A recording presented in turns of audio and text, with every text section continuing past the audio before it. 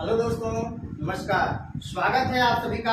दोस्तों, आज हम लोग महत्वपूर्ण वीडियो पढ़ने वाले हैं जीएस का। और आइए वीडियो की शुरुआत करते हैं। सबसे पहला क्वेश्चन है 1941-42 में गोबर गैस प्रणाली का आविष्कार किसने किया था? 1941-42 में गोबर गैस प्रणाली का आविष्कार किसने किया था? दोस्तों, S.B.. Desai. S.B.. Desai. S.B.. Desai. दूसरा क्वेश्चन, भारतीय परमाणुवाद के जनक कौन थे? दोस्तों, भारतीय परमाणुवाद के जनक महर्षि करार।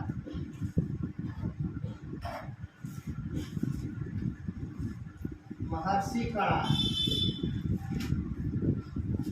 अगला क्वेश्चन, पाशुपत संप्रदाय के संस्थापक कौन थे? तो पाशुपत संप्रदाय के संस्थापक लकुलिश।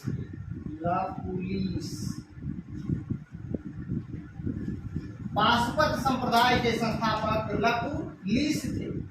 अगला क्वेश्चन, पाशुपत संप्रदाय के अनुयायियों को क्या कहा जाता था? पाशुपत संप्रदाय के अनुयायियों को क्या कहा जाता था? दोस्तों, पंचार्थिक।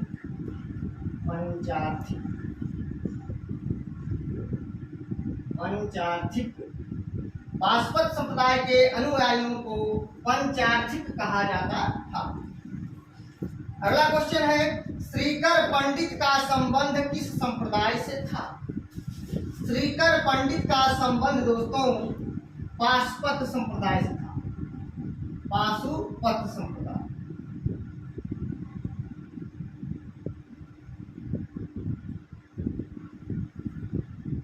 नेक्स्ट क्वेश्चन, वायुयान के टायरों में कौन सी गैस भरी जाती है? तो वायुयान के टायरों में नाइट्रोजन गैस भरी जाती है। नाइट्रोजन गैस भरी जाती है, N2। गुब्बारों में कौन सी गैस भरी जाती है? तो हीलियम। गुब्बारों में हीलियम गैस भरी जाती है, हीलियम He। वनस्पति तेल से वनस्पति घी बनाने के लिए किस गैस का प्रयोग किया जाता है? वनस्पति तेल से वनस्पति घी बनाने के लिए किस गैस का प्रयोग किया जाता है? दोस्तों, हाइड्रोजन।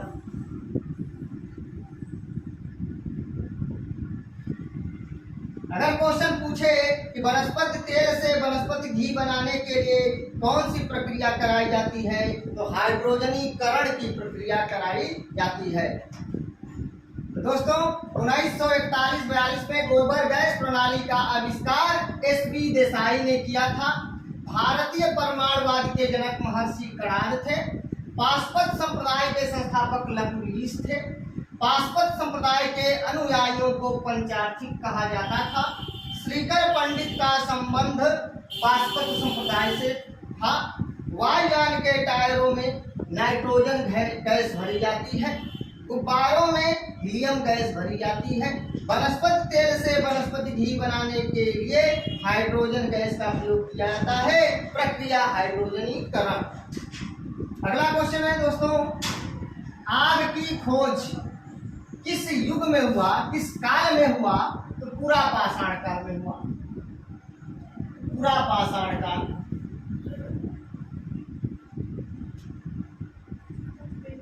अगला क्वेश्चन, आग का प्रयोग किस काल में हुआ?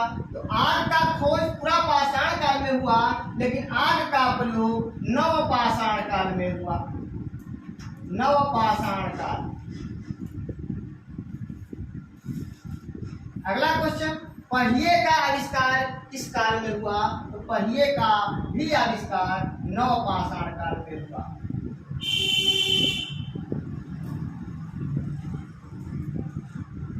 इतिहास के पिता कौन है? हेरोडोटस। यहाँ से एक प्रश्न आप याद रखिएगा, इतिहास का पिता कौन है? हेरोडोटस। और हेरोडोटस का अन्य नाम क्या है या उपनाम क्या है? तो हरिदत्त। हरिदत्त। अगला क्वेश्चन, सत्यमेव जयते किस उपनिषद से लिया गया है? तो मुंडको उपनिषद। मुंडको उपनिषद।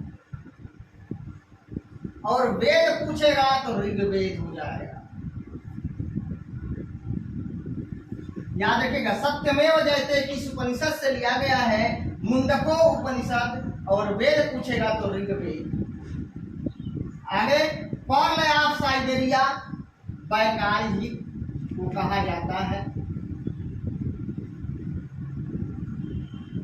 और ये कहाँ है? तो रूस में, याद रखिएगा। पर्ल ऑफ साइबेरिया बैकाल झील को कहा जाता है, यह रूस में है। अगला क्वेश्चन है, प्रातःकालीन शांत स्थल। प्रातःकालीन शांत स्थल या शांत स्थान कोरिया को कहा जाता है। कोरिया।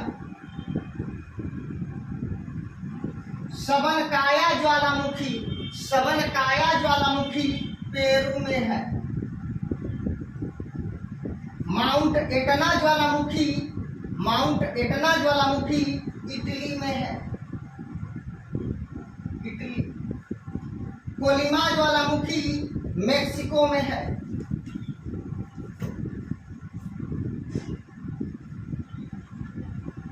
कोलिमा ज्वालामुखी मेक्सिको में है।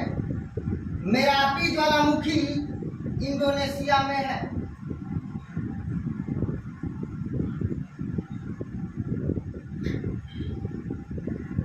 दोस्तों, ग्वाइलिंग झील। ग्वाइलिंग झील डोमिनिका में है। डोमिनिका। फाइव फ्लावर झील। फाइव फ्लावर झील कहाँ है? सिचुआन में है। सिचुआन चीन में पड़ेगा। रेड लैगून झील। रेड लैगून झील बोलिविया में पड़ेगा, जो दक्षिण अमेरिका महाद्वीप में पड़ेगा, बोलिविया। और ग्रेट स्लेव झील कनाडा में पड़ेगा। बेनीपेग झील कनाडा में होगा। दोस्तों, पर्ल ऑफ साइबेरिया बैकाल झील, प्रातःकालीन शांत स्थान कोरिया, सबनकाया ज्वालामुखी पेरू, माउंट एटना ज्वालामुखी इटली, कोलिमा ज्वालामुखी मेक्सिको, मेरापी ज्वालामुखी इंडोनेशिया, ग्वाइलिंग झील डोमिनिका, फाइव फ्लावर झील सिचुआन, रेड लैगून झील बोलिविया, ग्रेट स्लेव झील कनाडा, विनिपेग झील कनाडा। आग की खोज पुरापाषाण काल में, आग का प्रयोग नवपाषाण काल में, पहिए का आविष्कार नवपाषाण काल में, इतिहास के पिता हेरोडोटस, और इतिहास के पिता हेरोडोटस का अन्य नाम या उपनाम हरिदत्त है। सत्यमेव जयते किस उपनिषद से लिया गया है? मुंडको उपनिषद से। और वेद की बात आएगी तो ऋग्वेद से लिया गया है। अगला क्वेश्चन है, दक्षिण की गंगा। दक्षिण की गंगा कावेरी को कहा जाता है। कावेरी नदी को कहा जाता है। और दोस्तों, कावेरी नदी का उद्गम पश्चिमी घाट, पश्चिमी घाट की ब्रह्मगिरी पहाड़ी, ब्रह्मगिरी पहाड़ी, ब्रह्मगिरी पहाड़ी से निकलती है।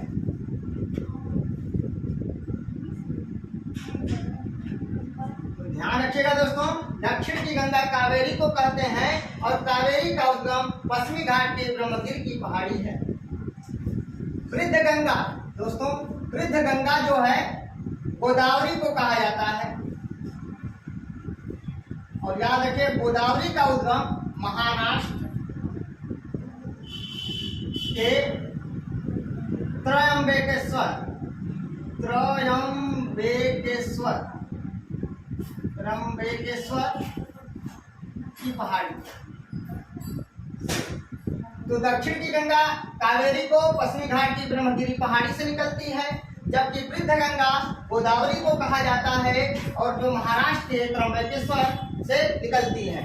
भारत का प्रथम तितली उद्यान, दोस्तों भारत का प्रथम तितली उद्यान बनेरघट्टा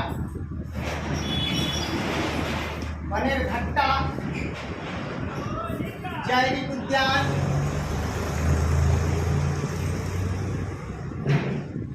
बेंगलुरु।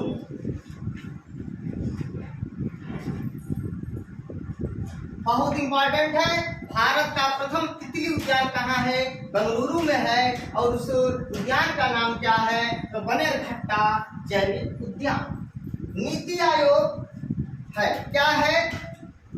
एक थिंक टैंक है, विचार करने वाली संस्था है। और ये क्या है? एक गैर संवैधानिक संस्था है, सांविधिक निकाय है, एक गैर संवैधानिक संस्था।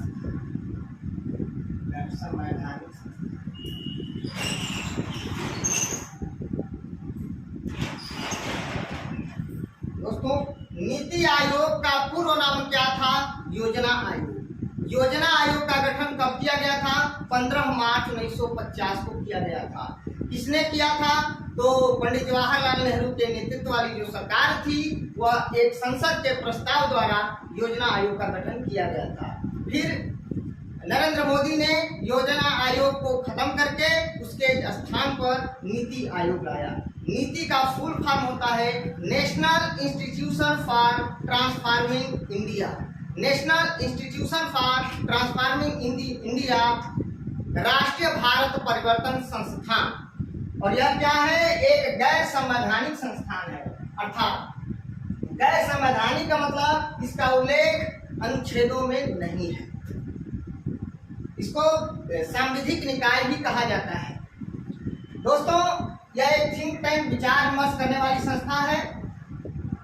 1 जनवरी 2015 को नीति आयोग का गठन किया गया था। नीति आयोग का पदेन अध्यक्ष प्रधानमंत्री होता है, यानी वर्तमान में जो प्रधानमंत्री होगा वही नीति आयोग का अध्यक्ष होगा। नीति आयोग के प्रथम उपाध्यक्ष अरविंद पनगड़िया थे, दूसरे अध्यक्ष राजीव कुमार थे, जबकि वर्तमान में जो है नीति आयोग के उपाध्यक्ष सुमन के बेरी है। राष्ट्रपति का कार्यकाल का उल्लेख किस अनुच्छेद में किया गया है? अनुच्छेद 56 में किया गया है, याद रखिएगा, अनुच्छेद 56 में। राष्ट्रपति को सलाह और सहायता के लिए एक मंत्रिपरिषद होगा, इसका उल्लेख अनुच्छेद 74 में किया गया है। प्रधानमंत्री के कर्तव्य का उल्लेख अनुच्छेद 78 में किया गया है।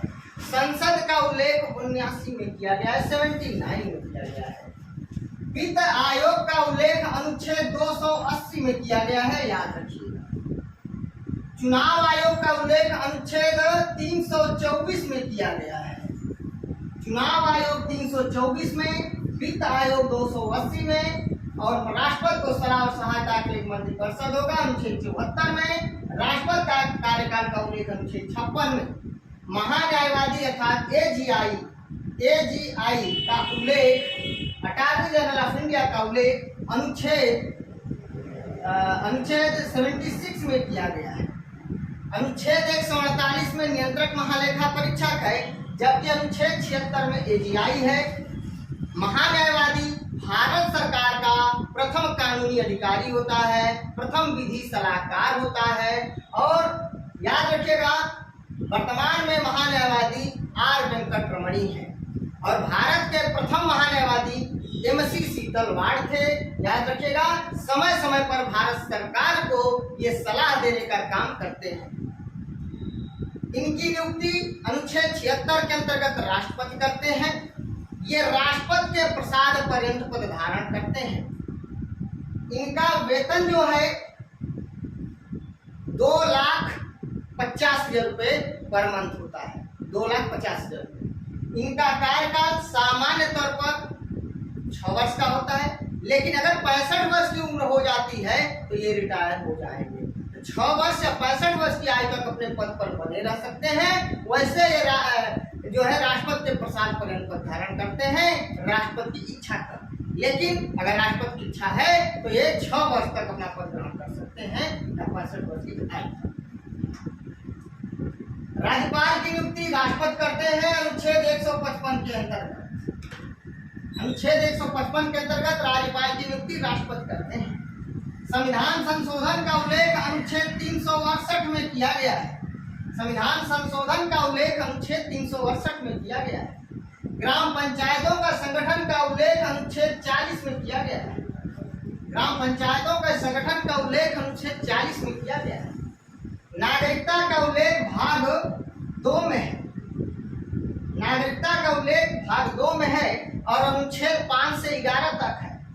अनुच्छेद 5 से 11 तक है, ये भी पेपर में आया है।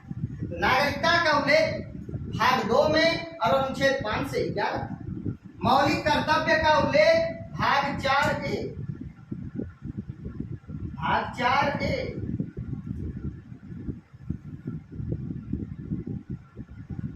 भाग 4A याद रखिएगा। भाग 4 में राज्य के नीति निर्देशक तत्व है। भाग 3 में मूल अधिकार है और भाग 4 में राज्य के नीति निर्देशक तत्व है। 4A में मूल कर्तव्य है, अनुच्छेद 51A। मूल कर्तव्य अनुच्छेद 51A।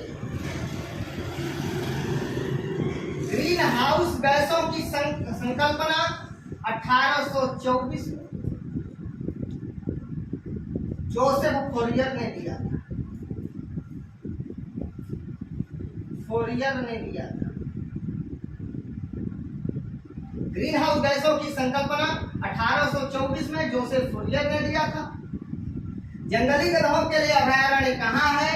भैया गुजरात कच्छ के रण। विक्रमशिला विश्वविद्यालय के संस्थापक कौन थे?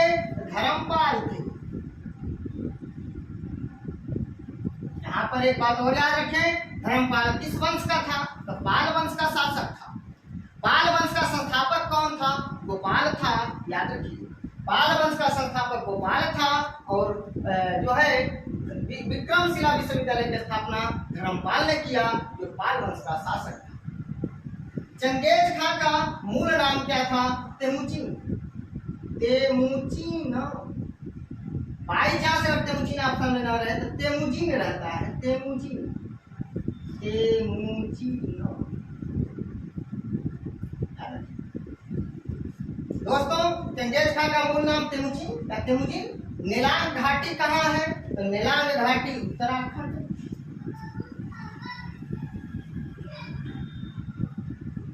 दधेरी पर्वतीय स्थल यानी दधेरी प्राचीन स्थल कहाँ है? तो पंजाब।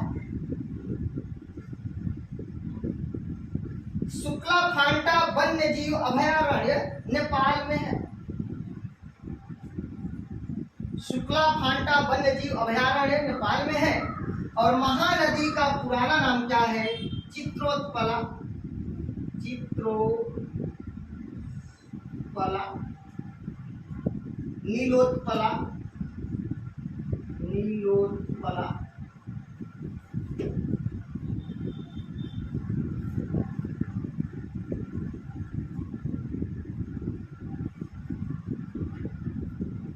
चित्रोत्पला, नीलोत्पला और महानंदा। ये जो है महानदी का पुराना नाम है। दोस्तों, इसी के साथ आइए हम आप लोगों को फटाफट रिवाइज करा देते हैं। 1941-42 में गोबर गैस प्रणाली का आविष्कार किसने किया था? एसबी देसाई ने किया था। किसने किया था? एसबी देसाई ने। भारतीय परमाणुवाद के जनक कौन थे? महर्षि कणाद थे। पाशुपत संप्रदाय के संस्थापक कौन थे? लकुलिश थे। पाशुपत संप्रदाय के अनुयायियों को क्या कहा जाता था? पंचार्थिक कहा जाता था। श्रीकर पंडित का संबंध किससे है? पाशुपत संप्रदाय से है। वायुयान के टायरों में कौन सी गैस भरी जाती है? नाइट्रोजन गैस भरी जाती है। गुब्बारों में कौन सी गैस भरी जाती है? हीलियम गैस भरी जाती है। वनस्पति तेल से वनस्पति घी बनाने के लिए किस गैस का प्रयोग किया जाता है? हाइड्रोजन। और कौन सी प्रक्रिया होती है? हाइड्रोजनीकरण की प्रक्रिया होती है। आग की खोज पुरापाषाण काल में हुआ। आग का प्रयोग नवपाषाण काल में हुआ। पहिए का आविष्कार नवपाषाण काल में हुआ। इतिहास के पिता हेरोडोटस थे और हेरोडोटस का उपनाम हरिदत्त था। सत्यमेव जयते मुंडको उपनिषद से लिया गया है, जबकि वेद का नाम पूछेगा तो ऋग्वेद हो जाएगा। पर्ल ऑफ साइबेरिया बैकाल झील को कहते हैं और ये कहाँ है? रूस में। प्रातःकालीन शांत स्थल कोरिया को कहा जाता है। सबन काया ज्वालामुखी पेरू को कहा जाता है। माउंट एटना ज्वालामुखी इटली में है। सबन काया ज्वालामुखी पेरू में है, जबकि माउंट एटना ज्वालामुखी कहाँ है? इटली में। कोलिमा ज्वालामुखी कहाँ है? मेक्सिको में। मेरापी ज्वालामुखी कहाँ है? इंडोनेशिया। बॉइलिंग झील कहाँ है? डोमिनिका। फाइव फ्लावर झील कहाँ है? सिचुआन में, जो चीन में है। रेड लैगून झील कहाँ है? बोलिविया में। ग्रेट स्लेव झील कहाँ है? कनाडा में। विनिपेग झील कहाँ है? कनाडा में। दक्षिण की गंगा कावेरी को कहा गया है और कावेरी का उद्गम ब्रह्मगिरी की पहाड़ी है। वृद्ध गंगा गोदावरी को कहा जाता है और गोदावरी का उद्गम त्र्यंबकेश्वर की पहाड़ी है, जो महाराष्ट्र में निकलती है। भारत का प्रथम तितली उद्यान बनेघट्टा राष्ट्रीय जैविक उद्यान बेंगलुरु में है, कर्नाटक। नीति आयोग एक गैर संवैधानिक संस्था है, एक थिंक टैंक विचार विमर्श करने वाली संस्था है, जो केंद्र और राज्यों के बारे में विचार विमर्श करती है। राष्ट्रपति का कार्यकाल अनुच्छेद 56। राष्ट्रपति का कार्यकाल का उल्लेख अनुच्छेद 56। राष्ट्रपति को सलाह और सहायता के लिए एक मंत्रिपरिषद होगा, इसका उल्लेख अनुच्छेद 74 में किया गया है। वित्त आयोग अनुच्छेद 280। चुनाव आयोग अनुच्छेद 324। महान्यायवादी का उल्लेख अनुच्छेद 76। राज्यपाल की नियुक्ति का उल्लेख अनुच्छेद 155 में किया गया है और राज्यपाल की नियुक्ति राष्ट्रपति करते हैं। संविधान संशोधन का उल्लेख अनुच्छेद 368 में किया गया है। ग्राम पंचायतों का संगठन का उल्लेख अनुच्छेद 40 में किया गया है, बहुत ही इंपॉर्टेंट है। नागरिकता का उल्लेख भाग 2 में किया गया है, अनुच्छेद 5 से 11। मौलिक कर्तव्य का उल्लेख भाग 4A में किया गया है, जबकि राज्य के नीति निर्देशक तत्व भाग 4 में है और मूल अधिकार भाग 3 में है।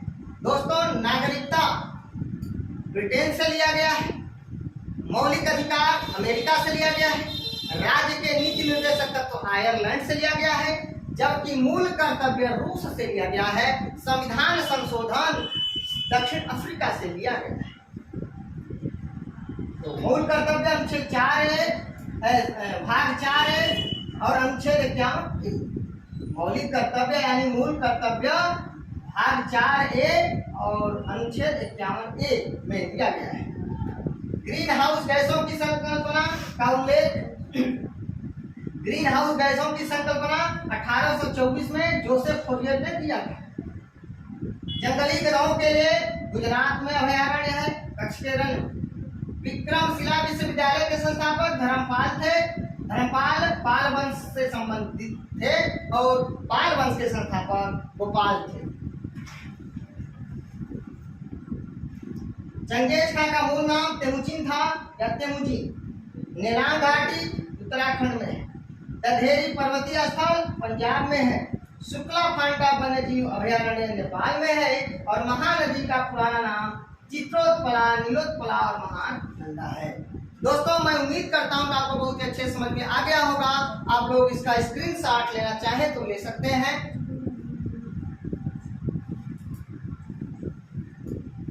दोस्तों, अगर आप लोगों को मेरा वीडियो अच्छा लगे प्लीज दोस्तों लाइक, कमेंट, शेयर करके मुझे सूचित जरूर करना।